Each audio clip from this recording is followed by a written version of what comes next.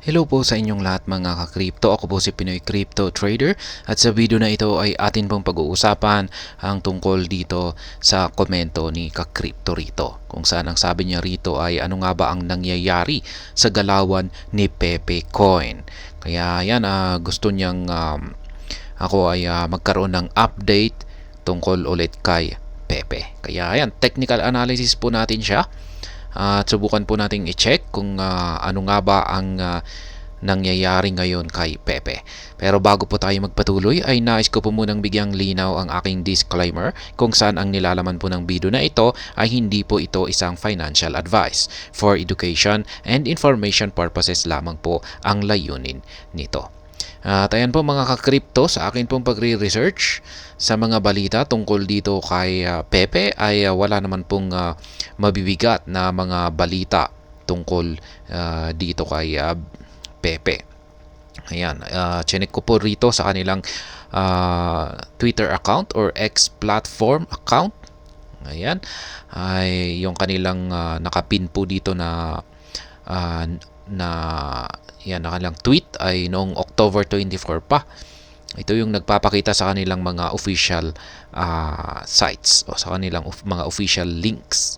Kaya ayan, yung latest po na kanilang post dito or tweet ay nitong nakalipas na November 5. Yan, sabi rito ay the life of a frog, that's the life for me, Pepe. Ayan. Parang wala lang, ibig pong sabihin nito ay parang normal lang yung buhay ni Pepe.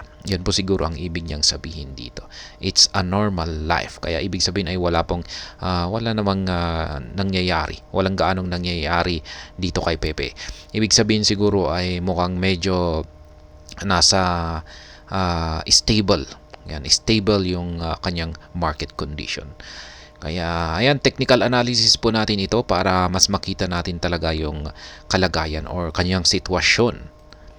Ayan, nandito po tayo sa daily chart time frame ni Pepe at yan po yung aking previous price projection dito sa kanyang galaw. Ito po ay nang umakyat po ito ay ayan nga, magkakaroon muna siya ng retracement dito sa 104 na support line natin dito. Pagkatapos po niyang magkaroon ng retracement dyan ay aakyat po siya para muling subukang basagin ang 140 na resistance line natin. Kaya ayan pa rin po, nananatiling ganyan pa rin yung aking price projection dito kay Pepe.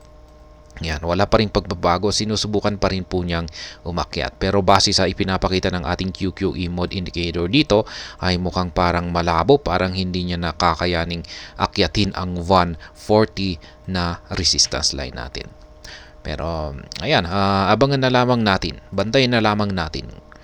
Yan, kasi kung pag naakyat niya po ang 140 na ito, ay isa po itong senyalis na mukhang susubukan niyang basagin ang 140.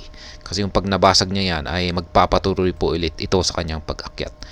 Yan, sunod naman ay ang major resistance line na 171. Ngayon ay check naman po natin ang kanyang weekly chart time frame.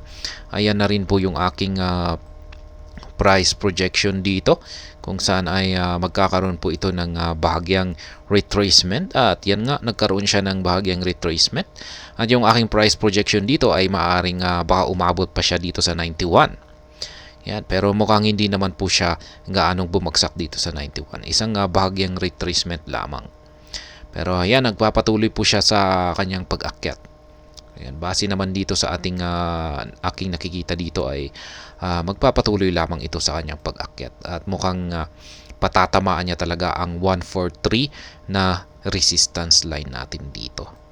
Kaya ayan, balikan na po natin yung daily chart time frame natin dito kung saan ay wala naman po tayong nakikita na isang malaking pagbabago or isang malaking nagaganap sa presyo or galawan dito sa market price ni Pepe ngayon. Normal lamang po. Kaya sabi nga niya rito, yung kanyang latest post dito. Ayan, the life of a frog, that's the life for me. Ayan, yan raw ang buhay ng isang palaka. Kaya yan, para kay ka-crypto na nagtatanong, ayan, kung ano ang nangyayari sa galawan ni Pepe ay ayan, maayos lang naman po. Patuloy lamang siya sa kanyang ipinapakitang galaw. Ayan. Hanggang dito na lamang po tayo sa video na ito. Sana po ay inyong nagustuhan ang aking paliwanag dito. Kung inyo po itong nagustuhan ay pakiclick lamang po ang like button nito. Para naman po sa mga bago lamang dito, kayo po ay aking inaanyayahan para mag-subscribe. Pakiclick na rin po ang bell icon nito dahil ito po ang siyang magsisilbing notification nito sa mga bago kong videos na akin pong ina-upload sa aking YouTube channel na ito. Marami pong salamat sa panonood. Ingat po tayo lagi at God bless po sa ating lahat.